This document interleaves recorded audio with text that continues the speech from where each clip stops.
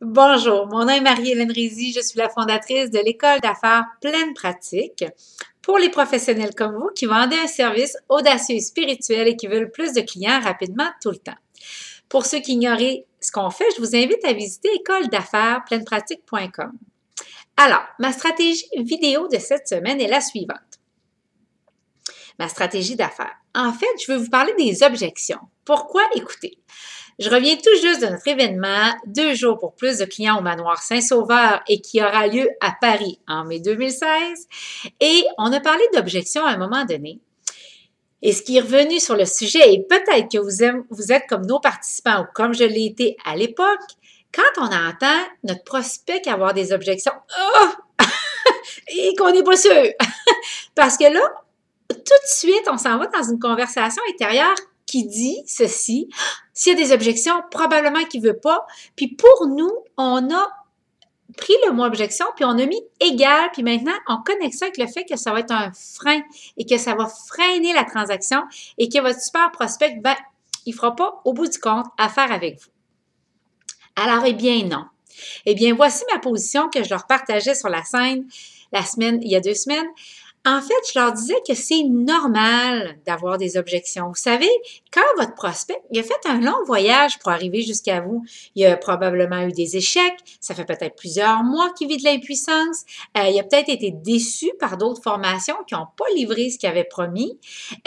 Alors, c'est normal des objections. Puis dans le fond, ce qui est en train de manifester, c'est je vais être sûr de bien comprendre, puis je voudrais me sécuriser avant de donner de l'argent à quelqu'un que je connais peut-être pas tant que ça.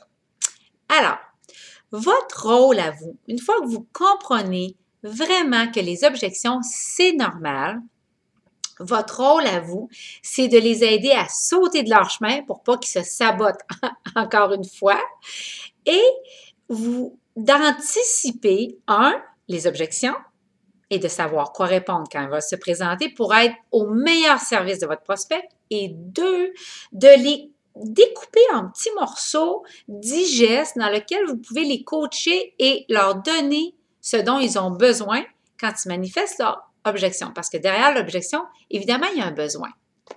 Donc, ce que je voulais faire avec vous aujourd'hui, c'est un début de travail. On est allé beaucoup plus loin dans la retraite et dans l'école, on va encore beaucoup plus loin là-dessus. Mais aujourd'hui, je vais vous amener, dans un premier temps, à réfléchir sur les 5 principales objections prévisibles, communes, qui sortent presque à tout coup quand quelqu'un vous rencontre pour vos services. Alors, ils ne sont pas dans un ordre particulier, je vous les nomme. La première, tes services coûtent trop cher. On l'attendait, celle-là. La deuxième, ça ne marchera pas. La troisième, moi, là, je suis bien différente. Puis ma situation est bien spéciale. Ça ne marchera pas pour moi. La quatrième, je peux encore attendre. Ma situation n'est pas si pire que ça. Puis je pense que c'est sur le point de fonctionner, là. Et la cinquième, ça va être difficile. Puis ça semble prendre beaucoup de temps, ce que tu as à m'offrir. Puis je sais pas, je vais mettre ça dans mon agenda. Puis ça semble demander beaucoup d'efforts. Alors, une fois que vous comprenez que ces 5-là, comme point de départ, sont prévisibles, alors votre travail devient, en fait, même votre devoir devient de prendre chacune de ces 5-là et de les anticiper puis de déjà commencer à prévoir une réponse pour accompagner votre prospect dans ce qu'il va être en train de vivre quand il va parler de ça.